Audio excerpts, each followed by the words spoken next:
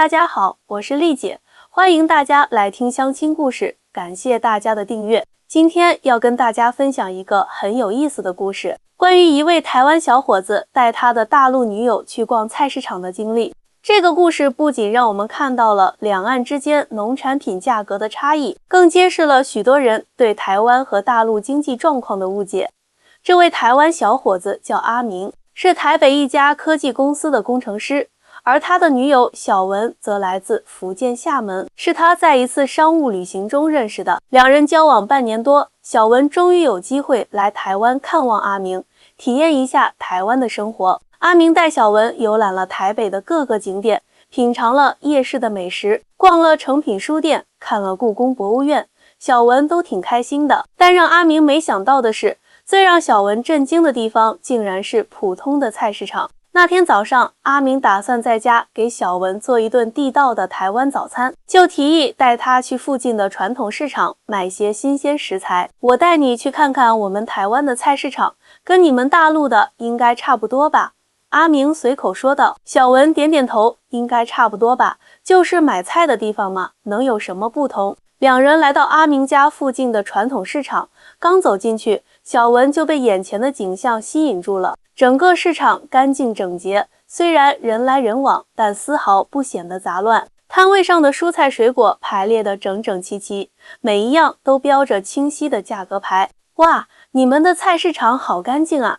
小文惊讶地说。阿明笑了笑，这只是普通的小型市场而已，如果去更大的市场，环境会更好。两人走到一个卖菜的摊位前，阿明指着一捆空心菜问：“老板，这个多少钱？”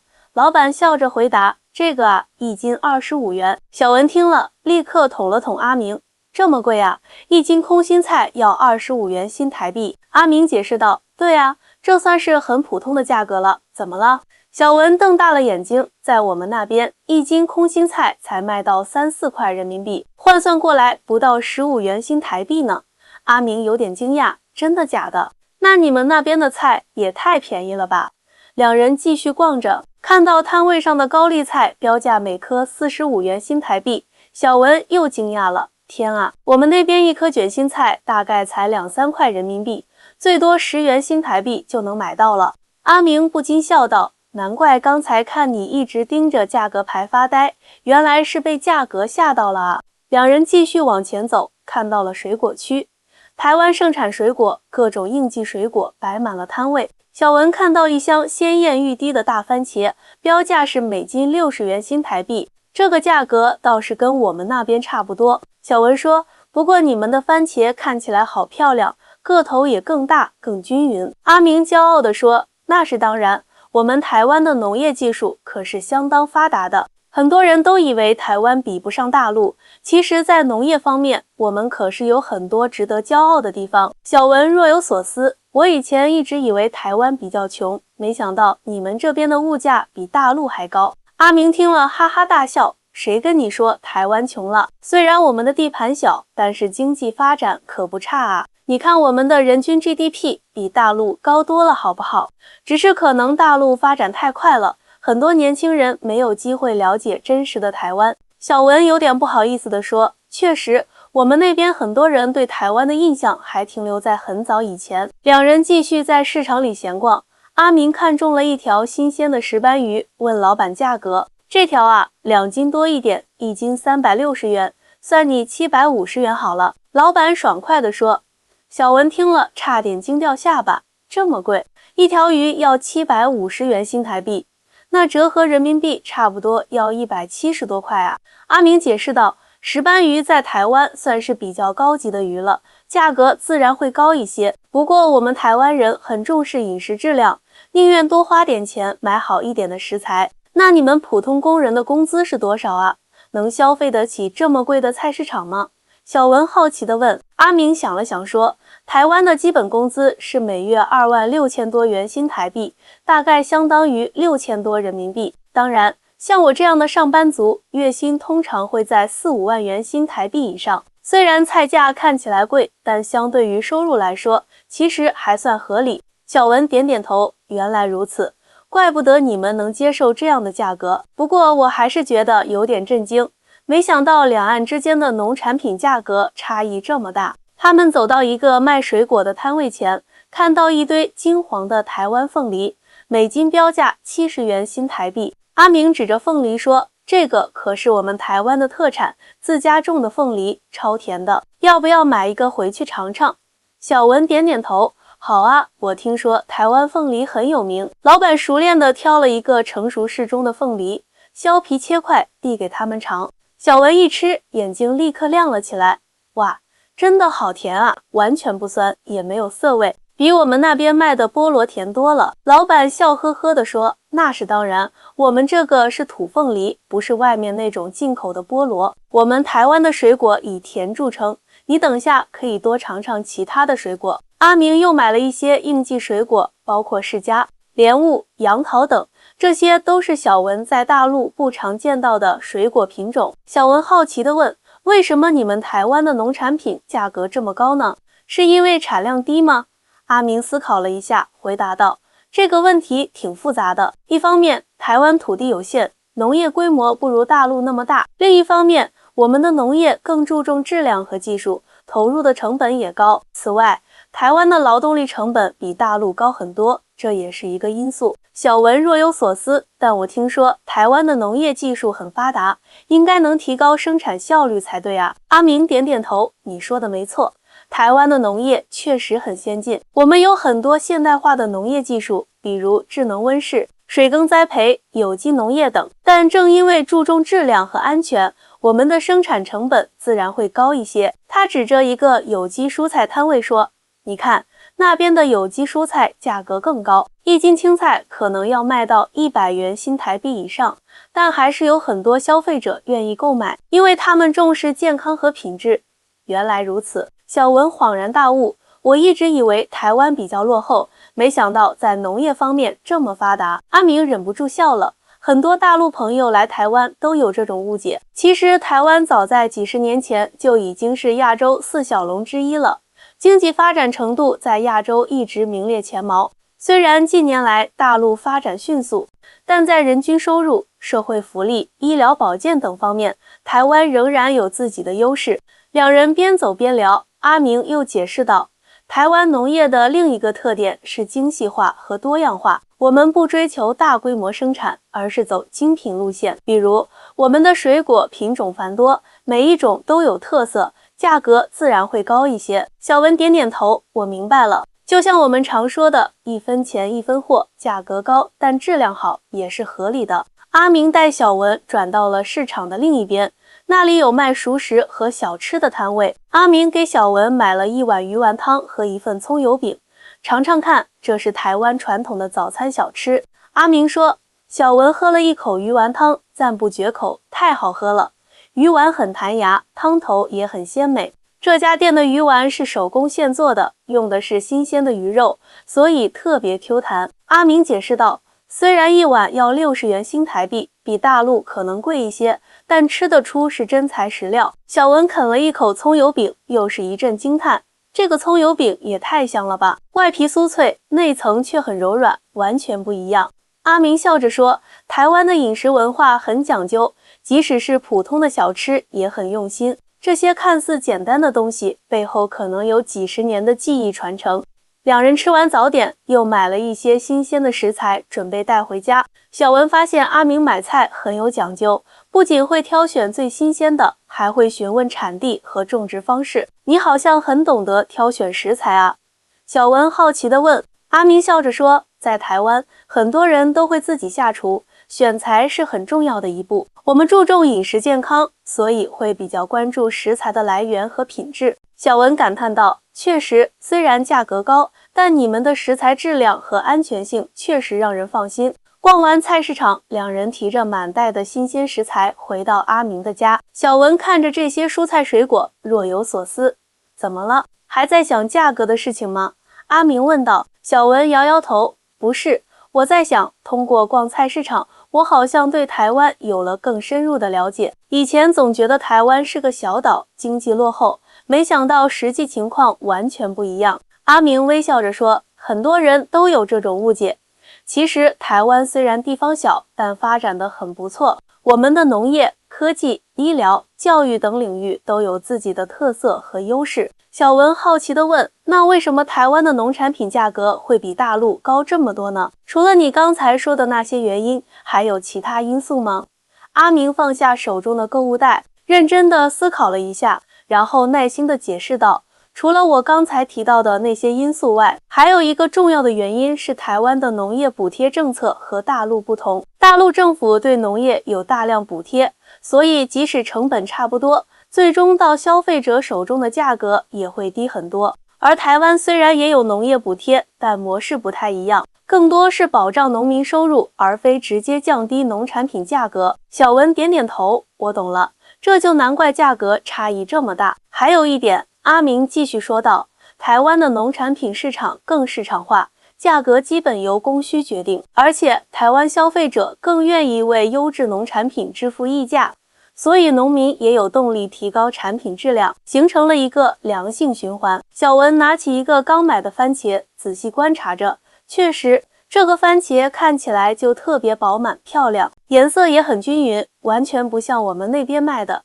有时候会有青一块红一块的情况。阿明笑了，这就是台湾农业的特点之一，精耕细作。我们的土地有限，所以更注重单位面积的产出质量，而不仅仅是产量。那台湾的农民收入怎么样？比起大陆的农民来说，小文好奇地问。总体来说应该是高不少的，阿明回答，虽然我没有确切的数据，但台湾农民的社会地位相对较高，不少年轻人还会选择返乡务农，发展精品农业或创新农业模式。阿明一边说，一边开始在厨房准备早餐。他熟练地将刚买的新鲜蔬菜洗净切好，准备做一道台式炒青菜。小文在一旁帮忙，突然问道，那台湾是不是什么农产品都自给自足，还是也需要进口？阿明摇摇头，当然不是所有农产品都能自给自足。台湾土地面积有限，很多粮食和一些不适合在台湾种植的农产品还是需要进口的，比如小麦、大豆等主要依赖进口，肉类也有不少是从国外进口的。那水果呢？我看你们的水果种类这么丰富。小文问。水果是台湾的强项，阿明骄傲地说，台湾的气候非常适合种植各种热带和亚热带水果，所以水果品种特别多样化。我们不仅自给自足，还出口不少特色水果到日本、韩国等地，比如凤梨、芒果、荔枝等。小文惊讶地说，真的假的？我一直以为台湾的土地那么小，应该什么都要靠进口才对。阿明笑着解释，这又是一个常见的误解。虽然台湾面积不大，但农业技术先进，加上适宜的气候条件，在某些农产品上产量和质量都很出色，特别是水果和一些特色农产品，台湾在国际市场上还是很有竞争力的。那你们平时吃的米呢？也是台湾自己种的吗？小文又问。当然，阿明肯定地回答，台湾的稻米产量基本能满足本地需求，而且品质很好，台湾米香 Q 软糯，很多日本人都特别喜欢。小文若有所思，通过这次买菜的经历，我好像对台湾有了更全面的认识。以前总觉得台湾经济不行，没想到实际上发展的挺好的，至少在农业方面很有特色。阿明点点头，很多大陆朋友来台湾后都会有这种感觉。台湾虽然地方小，但在很多领域都有自己的特色和优势，农业只是其中之一，我们的科技、医疗、教育等领域也都很有竞争力。两人一边聊天一边做早餐，阿明用刚买的新鲜食材做了一顿丰盛的台式早餐，炒空心菜、番茄蛋花汤、烤面包配自制凤梨酱，还有一杯现榨柳丁汁。小文尝了一口炒空心菜，眼睛一亮，哇，这个空心菜炒得好香啊，比我在大陆吃的味道浓多了。阿明解释道，可能是品种不同吧，我们台湾的蔬菜品种经过多年改良，既注重产量，也注重风味，加上新鲜采收，自然味道会更好。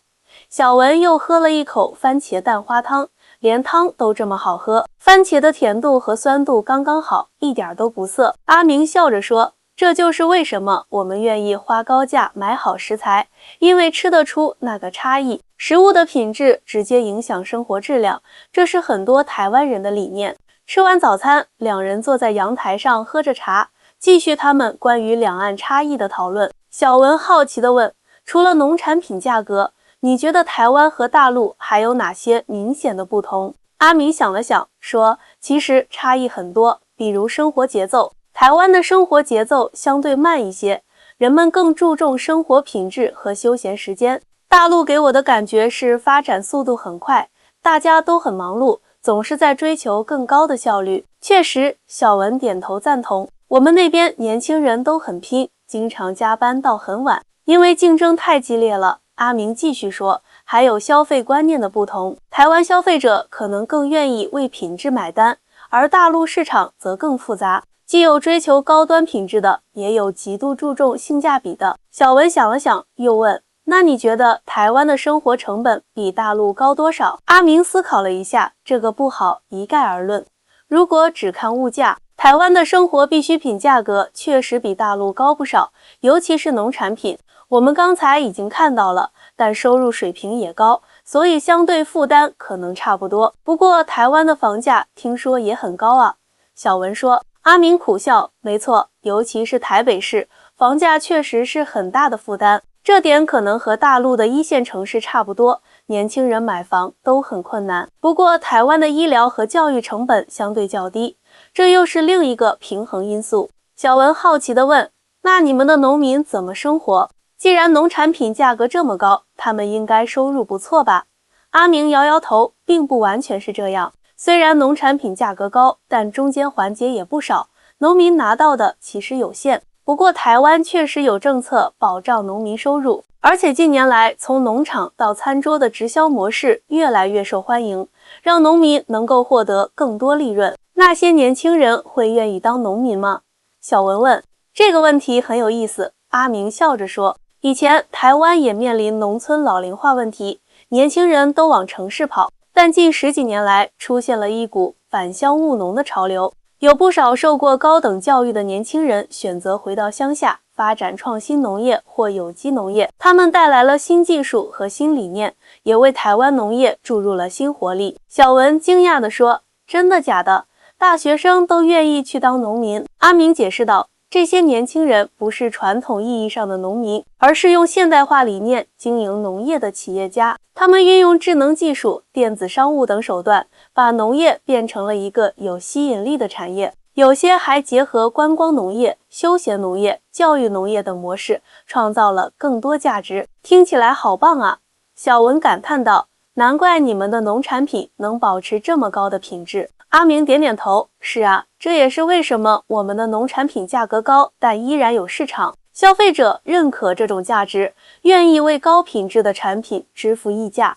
两人聊着聊着，阿明突然想起了什么。对了，下午我带你去参观一下我朋友的有机农场吧。他是那种我刚才提到的返乡青年，大学学的是资讯工程，毕业后却选择回乡下种有机蔬菜，现在经营的相当成功。小文眼睛一亮，太好了，我很想看看台湾的农场是什么样子的。下午，阿明开车带小文来到台北郊外的一个有机农场。这是一个规模不大但设施齐全的现代化农场，种植着各种有机蔬菜和水果。